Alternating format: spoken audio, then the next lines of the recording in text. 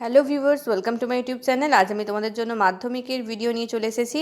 আজকে করাবো মাধ্যমিকের যে রায় ও মার্টিনের প্রশ্নবিচিত্রা রয়েছে 2022-এর, যে থার্ড সামেটিভের যে প্রশ্নবিচিত্রা নতুন বেরিয়েছে সেখান থেকে মডেল কোশ্চেন পেপার 7। এটা রামকৃষ্ণ মিশন বিদ্যাপীঠ পুরুলিয়ার একটা সেট। আজকে আমি এটা পুরোটা করাবো 90 মার্কসের উত্তর। যেভাবে আগেরগুলোও করিয়েছি সেগুলোর লিঙ্ক ডেসক্রিপশন বক্সে আছে, দেখে নাও। তোমরা অবশ্যই ডেসক্রিপশন বক্সগুলো ফলো করতে থাকবে, কারণ আমি আমার প্রত্যেকটা ভিডিওতে ডেসক্রিপশন বক্সে অনেকগুলো লিঙ্ক দিয়ে রাখি যেগুলো তোমাদের জন্য ইম্পর্টেন্ট। তোমরা সেই লিঙ্ক থেকে ডিরেক্টলি সেই ভিডিওগুলো দেখে নিতে পারো। আর এর আগে আমি যে ফার্স্ট সামেটিভ, সেকেন্ড সামেটিভের যে মডেল কোশ্চেন পেপারগুলো করেছি সেগুলোর লিঙ্কও তোমরা ডেসক্রিপশন বক্সে পেয়ে যাবে। আর যদি তোমরা চ্যানেলে নতুন হয়ে থাকো তাহলে অবশ্যই সাবস্ক্রাইব করে বেল আইকনটা প্রেস করে দাও, কারণ তোমরা যদি বেল আইকন প্রেস করে রাখো তাহলে তোমরা সবার আগে আমার ভিডিও নোটিফিকেশন পেয়ে যাবে। চলো শুরু করি। দেখো, আজকে আমি করাবো মডেল কোশ্চেন পেপার 7। এটা রামকৃষ্ণ মিশন বিদ্যাপীঠ পুরুলিয়ার একটা সেট। তো প্রথমে সিন পোর্শন থেকে তুলে দেওয়া হয়েছে। এটা হচ্ছে ফাদার সেলফের একটা অংশ। এটা আমি লিঙ্ক ডেসক্রিপশন বক্সে দিয়ে দিয়েছি টেক্সটের, দেখে নাও, টেক্সটের লিঙ্ক পেয়ে যাবে। সরাসরি প্রশ্নে চলে যাব। প্রথমে রয়েছে multiple choice question. When Samuel noticed Swami, the latter was standing. Swami তখন কোথায় দাঁড়িয়েছিল যখন স্যামুয়েল তাকে দেখলো? At the entrance of the school, at the entrance of his class, at the school gate, না in the corridor? এটা হচ্ছে option 2, at the entrance of his class. Next question, Swami was late to school by. Swami কতক্ষণের জন্য স্কুলে late হয়েছিল? An hour, half an hour, an hour and a half, 3 hours. Half an hour late হয়েছিল, তাহলে option 2। Listening to Swami's reply, Swami reply শুনে Samuel কী হলো? Angry, sad, pleased না ডিসঅ্যাপয়েন্টেড? প্লিজড হয়েছিল, option 3। Samuel's gentle behaviour made সোয়ামি feel sad, happy, angry না relieved? স্যামুয়েলের gentle behaviour সোয়ামিকে দুঃখিত করেছিল, এটা হয়ে যাবে option 1, sad. When Swami entered school Samuel was teaching. Samuel তখন কী পড়াচ্ছিল যখন সোয়ামি ক্লাসে ঢুকলো? হিস্ট্রি, জিওগ্রাফি, জিওমেট্রি না অ্যারিথমেটিক? তাহলে অপশন 4। এরপর দেখো, টেক্সট থেকে ইনফরমেশন নিয়ে শূন্যস্থান ফিল আপ করতে বলেছে। Swami was late at school because dash, because he had a headache, তার মাথা যন্ত্রণা হচ্ছিল। Swami decided to deliver the letter at the end of the day because dash, because there was a chance Samuel might do something during the course of the day to justify the letter. এখানে জায়গাটা ছোট ছিল, আমি একটু ছোট ছোট করে লিখেছি, তোমরা দেখে নাও ভালো করে। এরপরে দেখো, Swami sat down feeling sad when dash, এটা হবে when Samuel asked him to sit down. তারপরে দেখো, ট্রু ফলস রয়েছে, তাতে সাপোর্টিং সেন্টেন্স। প্রথমে রয়েছে Samuel appreciated the attitude of Swami's father, এটা হয়ে যাবে ট্রু। আর এর সাপোর্টিং সেন্টেন্স হয়ে যাবে এই যে এই লাইনটা, Samuel looked impressed, your father is quite right, we want more parents like him. Next question, the allegations made against Samuel were justified, এটা হয়ে যাবে ফলস, কারণ অ্যালিগেশন যে হয়েছিল সেটা জাস্টিফাইড নয়। আর এটা সাপোর্টিং সেন্টেন্স হয়ে যাবে এই দেখো এই যে এই লাইনটা, Swami sat down feeling sad, he had never met anyone as good as Samuel. এই লাইনটা থেকে প্রমাণ পাওয়া যাচ্ছে যে অ্যালিগেশন যা করা হয়েছিল সেগুলো সত্যি নয়। এরপর পোয়েমে দেখো, মাই ওন ট্রু ফ্যামিলি থেকে অংশটা নেওয়া হয়েছে কবিতার। তো এটারও তোমরা টেক্সটের লিঙ্ক ডেসক্রিপশন বক্সে পেয়ে যাবে, দেখে নিও। আমি সরাসরি প্রশ্নে চলে যাব। প্রথমে রয়েছে মাল্টিপল চয়েস প্রশ্ন। The oak trees complained that when they are chop down the humans are delighted, angry, indifferent না ডিস্ট্রেসড? ইনডিফারেন্ট, তাহলে option 3। The oak tree threatened to kill the speaker if he does not plant oak trees at once, promise to plant oak tree, accept them as his own true family, na stop blinking? এটা হবে option 2, promise to plant oak trees. When the speaker came out of the oak wood, his dream had altered him outwardly, altered his work, altered his attitude towards trees, turned him into a tree. তার গাছেদের সম্পর্কে চিন্তাভাবনাকে alter করেছিল, তাহলে altered his attitude towards trees. Whenever an oak tree is cut down, the speaker has to plant 1 tree, 2 tree, 3 trees, 4 trees.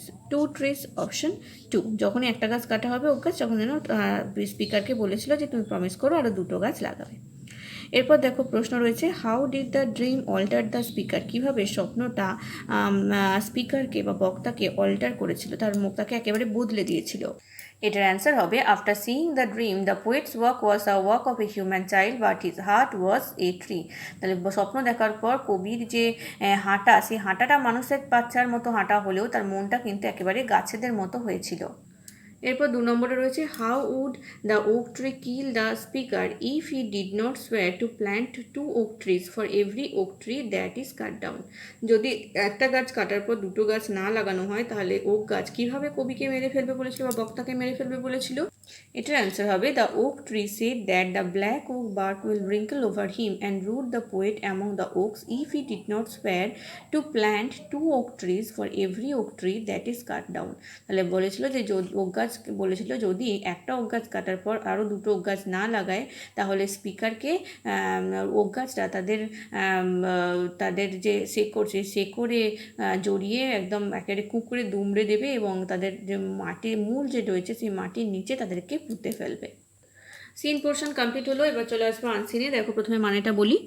Santosh Yadav the first woman in the world to climb Mount Everest twice and the first woman to successfully climb Mount Everest from Kangshung face was born on 10th October 1967 in a society where the birth of a daughter was not generally welcome। সন্তোষ যাদব যিনি ছিলেন প্রথম মহিলা পৃথিবীর, যিনি claim করেছিলেন, Mount এভারেস্টে উঠেছিলেন দ্বিতীয় দুবার, এবং প্রথম মহিলা যিনি সাকসেসফুলি মাউন্ট এভারেস্টে থেকে কাংসুং ফেসে গেছিলেন, কাংসুং ফেস থেকে মাউন্ট এভারেস্টে চড়েছিলেন। তিনি জন্মগ্রহণ করেছিলেন 1967 সালের 10ই অক্টোবর এমন একটা ফ্যামিলিতে যেখানে কিন্তু মেয়েদের জন্মানোটাকে খুব একটা ভালোভাবে দেখা হতো না, অভ্যর্থনা জানানো হতো না। She was born in the small village of Jania was in Rewari district in Haryana and as the 6th child in a family with 5 sons। তাহলে তিনি কোথায় জন্মগ্রহণ করেন না রেওয়ারি ডিস্ট্রিক্ট, যেটা হরিয়ানা অবস্থা, সেখানের জনিয়াওয়াজ গ্রামে জন্মগ্রহণ করেন। তিনি ছিলেন 6 নম্বর সন্তান, তার আগে 5 জন ছেলে হয়েছিল তার বাবা মার। তাহলে 5 ভাইয়ের পর সে এক বোন। Though her name Santosh means contentment, যদিও তার নাম সন্তোষ যার মানে হচ্ছে সন্তুষ্টি, he was not content with her place in the traditional society, কিন্তু ওই যে সোসাইটির যে সামাজিক নিয়ম যে ছিল সেই নিয়মের সাথে কিন্তু সেই নিয়ম নিয়ে সে সন্তুষ্ট ছিল না। She decided to fight the system in her own quiet way very early in life। তিনি ভেবেছিলেন যে তার জীবনের একেবারে শুরুর থেকেই তিনি এই যে সিস্টেম, এই প্রথা চলে আসছে তার বিরুদ্ধে লড়াই করবেন। At 16 most of the girls in her village used to get married। তার গ্রামের বেশিরভাগ মেয়ে 16 বছর বয়সে তাদের বিয়ে দিয়ে দেওয়া হতো। But Santosh threatened her parents that she would never marry until she got a proper education। কিন্তু সন্তোষ তার বাবা মাকে জানিয়ে দেয় যে যতক্ষণ না পর্যন্ত তার সঠিক শিক্ষা সম্পূর্ণ হচ্ছে ততদিন পর্যন্ত সে বিয়ে করবে না। She left home and got herself enrolled in a school in Delhi। তিনি বাড়ি ছেড়ে চলে গেলেন এবং দিল্লিতে একটা স্কুলে ভর্তি হলেন।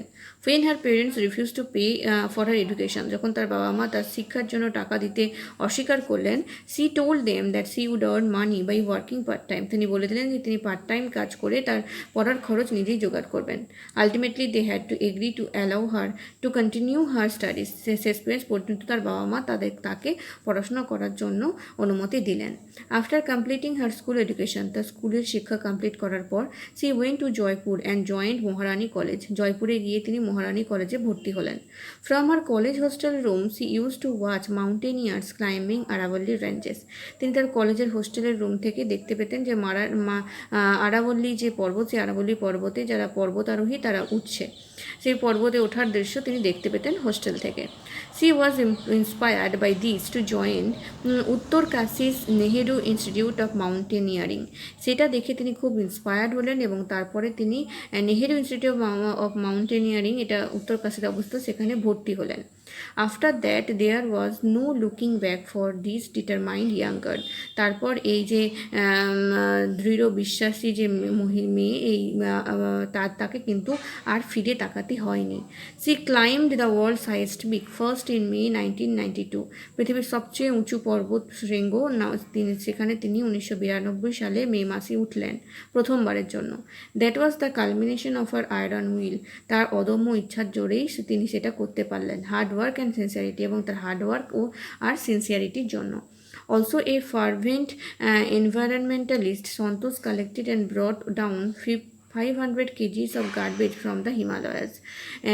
আরও তিনি ছিলেন একজন খুব বড় পরিবেশবিদ, যার জন্য তিনি কী করেছিলেন, সন্তোষ 500 কেজির গার্বেজ কিন্তু হিমালয়ার থেকে নিচে নামিয়ে নিয়ে এসেছিলেন। In recognition of the achievement the Indian government bestowed upon her one of the nation's top honored the Padmashri. আর তার এই কাজের জন্য, এই অ্যাচিভমেন্টের জন্য ভারত সরকার তাকে খুব বড় একটা অ্যাওয়ার্ড, দেশের একটা খুব টপ অ্যাওয়ার্ড পদ্মশ্রী, সেই পুরস্কার দিয়েছেন। বুঝতে পেরেছো তোমরা মানেটা? এবার দেখো প্রশ্ন কি আছে। সন্তোষ যাদব নেটিভ ভিলেজ ওয়াজ, সন্তোষ যাদবের ভিলেজের নাম কি? রেওয়ারি, হরিয়ানা, জানিওয়েজ না জয়পুর? জানিওয়াজ, এটা হয়ে যাবে option 3 C. Santosh Yadav first climbed at Mount Everest at the age of, কত বছর বয়সে সন্তোষ যাদব মাউন্ট এভারেস্টে উঠেছিল? 16, 19, 23 না 25? এটা হয়ে যাবে 25, অপশন ডি।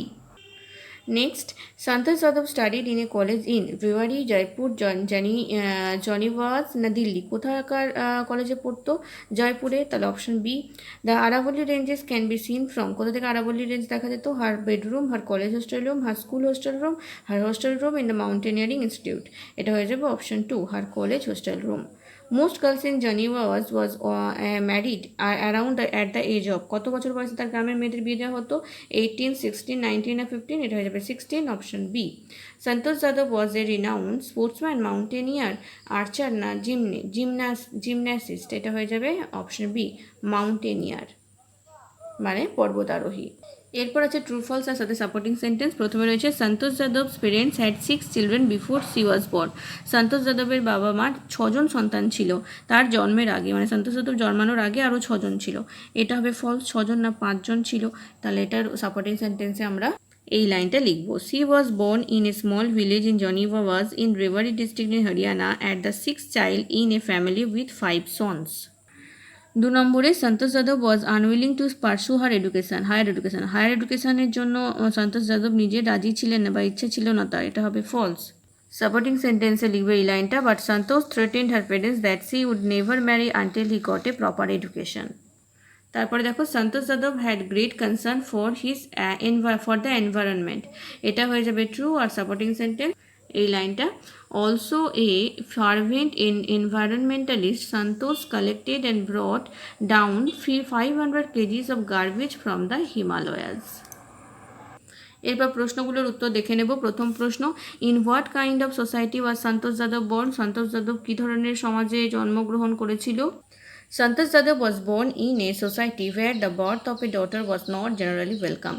সন্তোষ যাদব এমন একটা পরিবারে জন্মগ্রহণ করেছিল, এমন একটা সমাজে যেখানে মেয়েদের জন্মগ্রহণকে কিন্তু খুব একটা বেশি অভ্যর্থনা জানানো হতো না। 2 নম্বর প্রশ্ন, what interested Santosh Yadav to join Nehru institute of mountaineering?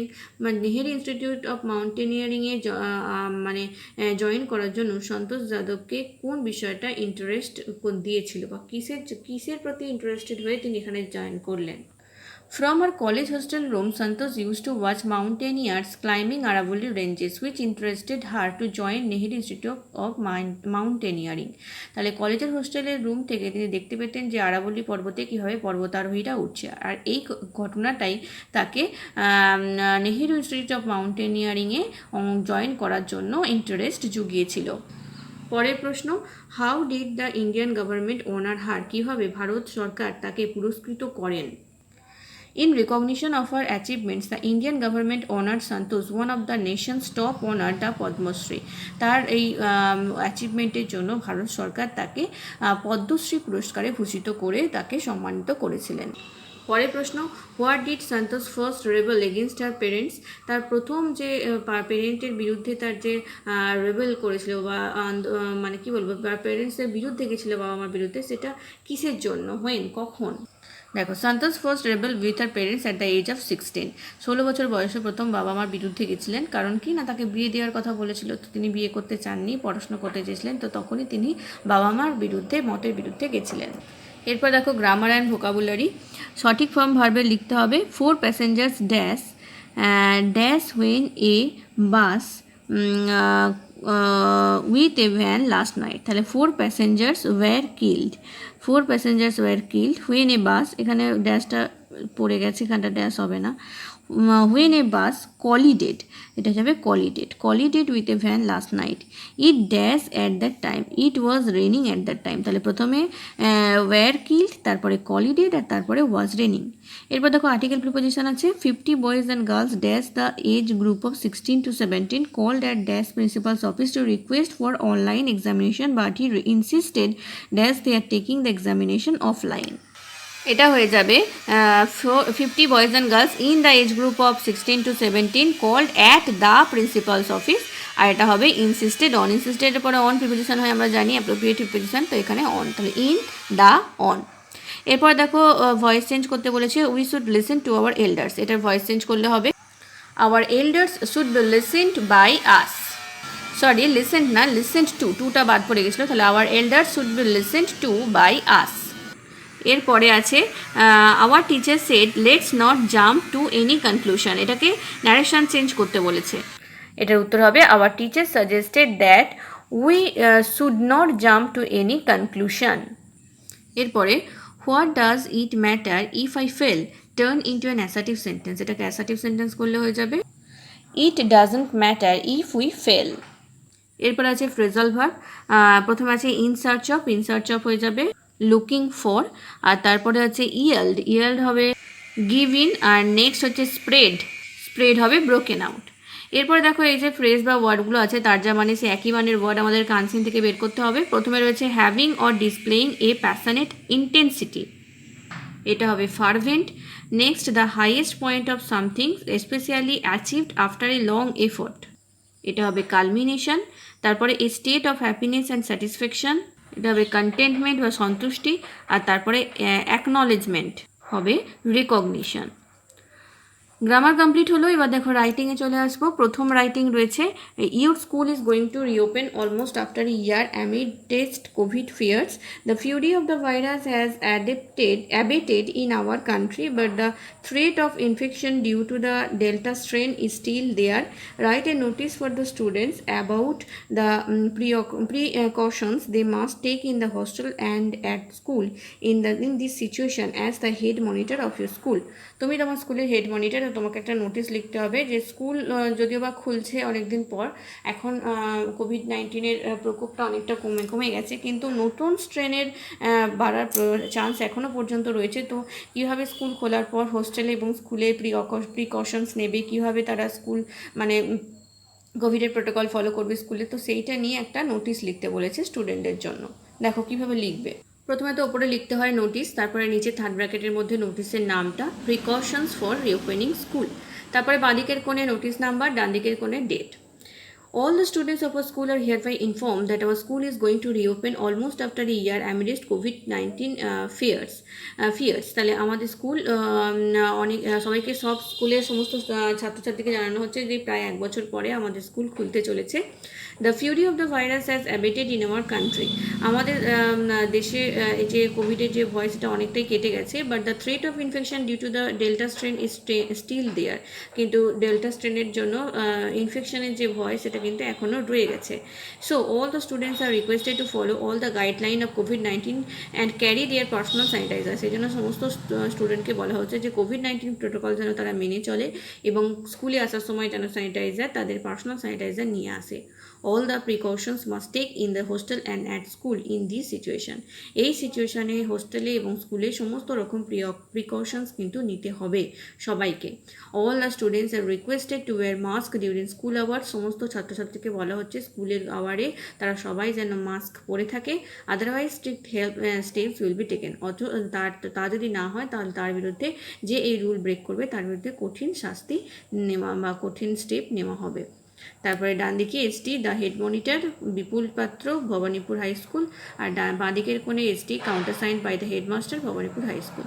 তো এটা সাইন করার যেটা লিখতে হয় নিয়ম সেভাবেই লিখবে।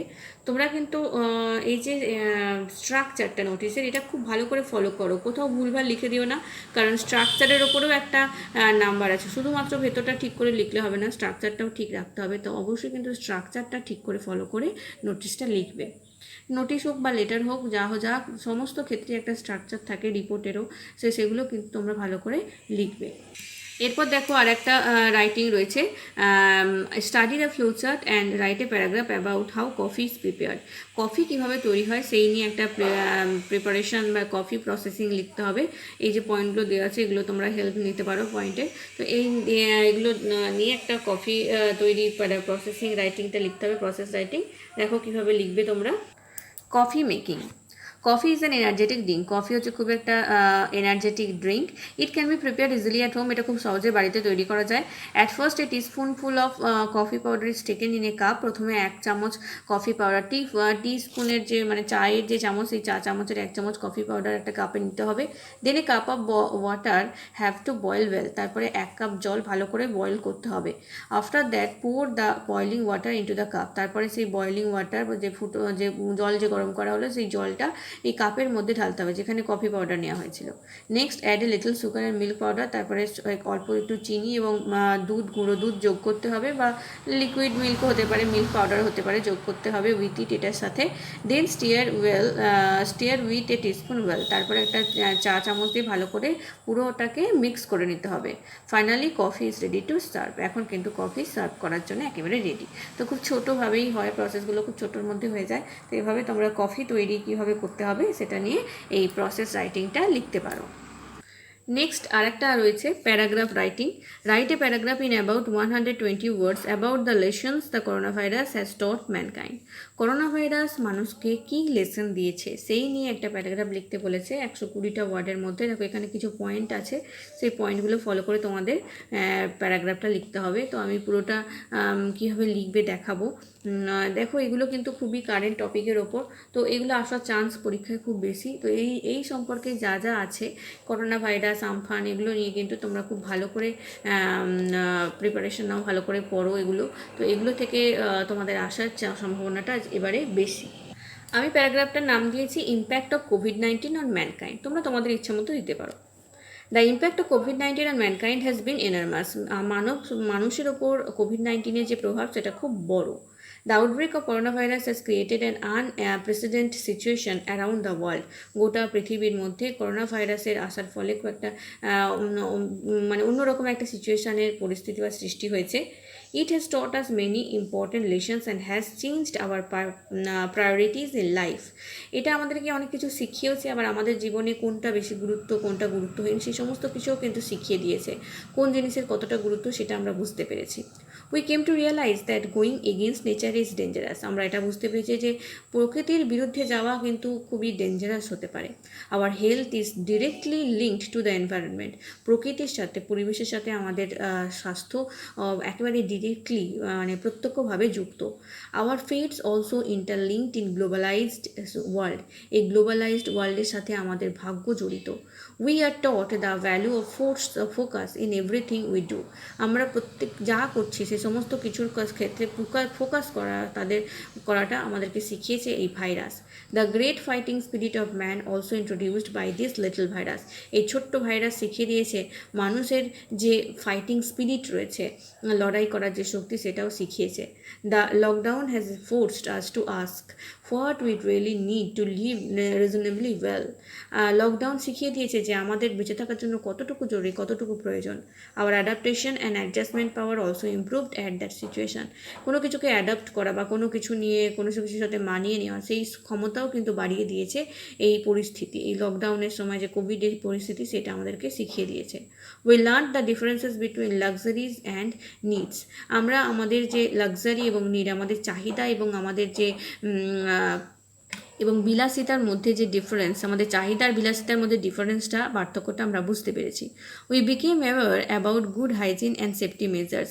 গুড হাইজিন এবং সেফটি মেজার সম্পর্কেও আমরা অনেকটা অ্যাওয়ার হয়েছি যে গুড হাইজিনের জন্য কী কী সেফটি মেজার নেওয়া উচিত, কী কী আমাদের করতে হবে, সেগুলো আমরা শিখেছি। যেমন এই কোভিড-19-এ হাত ধোয়া, হাতের হাইজিন, এই সমস্ত কিছু সম্পর্কে শিখেছি। If we adapt half of what we have learned we will be better of. যদি আমরা যা যা শিখেছি সেগুলো যদি তার অর্ধেকও যদি আমরা অ্যাডাপ্ট করতে পারি আর এভাবে যদি আমরা চলতে পারি, তাহলে কিন্তু আমরা আরও ভালো একটা জায়গায় পৌঁছে যাব, আরও বেটার হবে আমাদের জন্য, সেটা আরও ভালো জীবনে আমরা পৌঁছাতে পারবো। তো এভাবে তোমরা লিখতে পারো, তোমরা তোমাদের মতো করেও লিখতে পারো। আমি এভাবে লিখলাম, তোমরা চাইলে আমারটা ফলো করতে পারো, কিংবা প্যারাগ্রাফ যে পয়েন্টগুলো দেওয়া আছে সেটা নিয়ে নিজেরাও লেখার চেষ্টা করতে পারো। তো দেখে নাও তোমরা ভালো করে। আর আমি বলবো যে আমি যে রাইটিংগুলো করাচ্ছি তোমরা পারলে সেগুলো একটা জায়গায় লিখে নাও, তাহলে দেখবে অনেকটা সুবিধে হবে পরীক্ষার সময়। ভালোভাবে করতে থাকো এগুলো। এর আগেও আমি যে এবিটিএ টেস্ট পেপারের রাইটিং করিয়েছি সেখানেও দেখবো অনেক কটা রাইটিং করানো আছে, সেগুলোও ইম্পর্টেন্ট। আগের বছরের যে এবিটিএ টেস্ট পেপার সেগুলো দেখো ভালো করে। আর এগুলো তার সাথে এগুলো দেখো, ফার্স্ট সামেটিভ সেকেন্ড সামেটিভেও যে প্যারাগ্রাফ রাইটিং যা যা ছিল সেগুলো করেছি, সেগুলোও দেখতে থাকো।